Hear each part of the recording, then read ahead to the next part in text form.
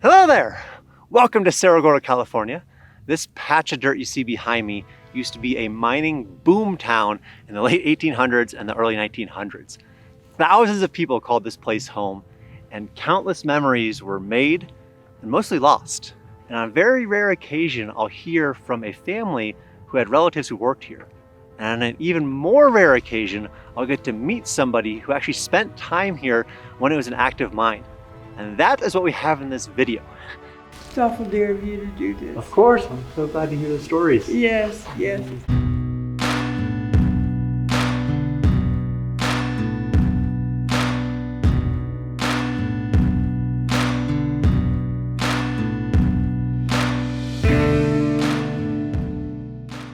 So the slag is crap, so they got to keep it out of the way. So they put the slag in the ore cars and bring it up the bucket, and then my brother and I were to get rid of it. So we thought we were big shots. Oh hell, we had it made. Jean Ray Kendrick, previously Jean Ray Adams, actually spent time here in the late 1940s and the early 1950s. Her father, Ralph Adams, ran the mine back then. And this is a period of time that's almost never covered in the history books about Cerro Gordo. You know, it's far after the big boom of the late 1800s, and it was just kind of skeleton crews doing what they could up here. And so to talk to somebody from that period of time is amazing. My name now is Jean Ray Kendrick, and my father came here in 1947. He mostly silver, but there was a byproduct of gold. It was so much fun as children coming up here and helping. Dad lived in the big house, and then Mother taught school here in Lone Pine, and Dad ran the mine. And then he brought people in, miners he knew.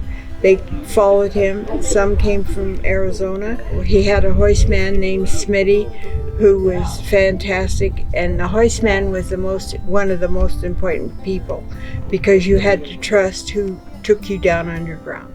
Smitty was fabulous because he was a card shark, and he'd sit there. You had to trust him, and he sat there and he played cards, and he was real fast. But Smitty had a reputation. He was thrown out of Reno, he was thrown out of Carson City, thrown out of Vegas, because, man, he played cards bad. But you loved him to death. He was wonderful. The men underground were hard, good working men. We had a cook here, got drunker than a skunk, walked off the hill. So Dad called me and he said, "Jeannie, you think you can cook?" And I was 16, thought, oh boy, I could do anything. Well, I came, and this was the building. This is called the cookhouse. So I came up here and I said, I thought I could cook. Well, I could cook, but I forgot about the elevation, and you cannot boil potatoes up here. You have to put them in a pressure cooker or fry them. But they didn't say a word. I just told them the potatoes didn't cook, big tears in my eyes. They were awful sweet. Dad tried to keep us busy because, you know, young kids, what are we going to do? So the real ore, the miners took care of the real ore because that's where the pay dirt was, the real ore. But the slag, down underground in the mine, you cannot have a bunch of junk in the mine. So they would take care of the real ore. But the slag, which is crap, they bring up above ground, and they would bring it out and let David and I dump it. And we thought we were big shots because we got to bring that slag out and dump it on the side hill, and that's what this side hill stuff is. And we dumped that slag. We thought we were so smart, and you just pulled a lever and it dumped the ore out. And we had so much fun. We worked so hard on that. And then when we weren't doing that, we were like little billy goats, and we climb all over these mountains and have so much fun. It was good. So this is a wonderful place, and I'm glad you folks are doing something with it. Listen, I used to be a billy goat. I ran all over these mountains, but look at me now. I'm stumbling and just... You're doing great. Okay, sweetheart. Okay.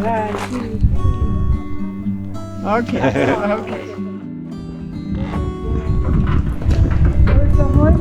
Right there. There's the hoist in the cage. Yeah, if you come, maybe you can see the whole. Oh my gosh. There's the cage. Look, there's the bucket, Mom. That's a little smaller than you described it, Mom. Yes, it looked bigger. When I was a kid, it looked bigger. Yeah. Yeah. Yeah, that's it. Yeah. So Smitty would drag you down. And She he said- had a chair here, and he had a mirror, and he did his cards. He played cards the whole time. So you went all the way down? Oh, yeah. Yeah, that's awesome. Yeah. How far does it go?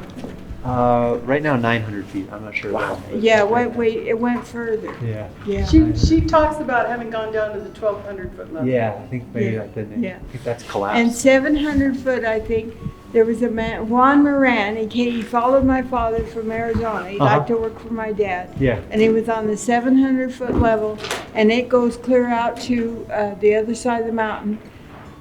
And a ram, some kind of a bighorn sheep came in, Whoa. scared the. Yeah. And he said, "Ralph!" Yeah. Yeah. And he was terrified. Oh man. You know, miners are really superstitious. Right. And that a woman, I was still a little girl, Right. go down in the mine, the old man, that just blew their minds. But I went down anyway, Yeah. because my daddy knew where he was going, and I Right. went down underground. Oh, Loved wow. it. I love going underground as long as I felt safe. Yeah. It's fabulous going underground. And the mines, they go straight like this, and they turn, and then they have shafts. And, Right. Yeah, the Ore, ore. and they just went And wherever it it's went. just gorgeous when you go in and you see it go like this on the side of the mountain. Yeah. And there'll be little veins of gold in there. Huh. Yeah. Some good stuff out of here, and I'm Yeah. telling you. But you're getting what's left, and don't you let anybody take it from you. No, yeah, we're trying. We're keeping it here. Promise? I promise. Yeah. Okay, Yeah. okay. It's awful dear of you to do this. Of course. I'm so glad to hear the stories. Yes, yes. I'm It sure is it's so more. cool to hear it firsthand. Yeah. It's so cool. Well, there's more, but my brain's gone loco on me. Okay. So that was it. Cerro Gordo in the 1940s and 50s, as told by Jean Ray.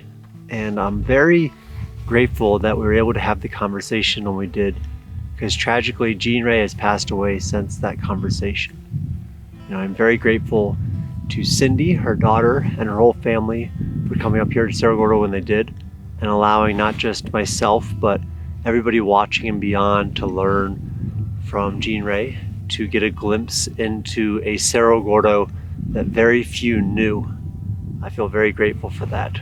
And she was just such a joy and such a ray of light, which I'm sure shone through in these videos.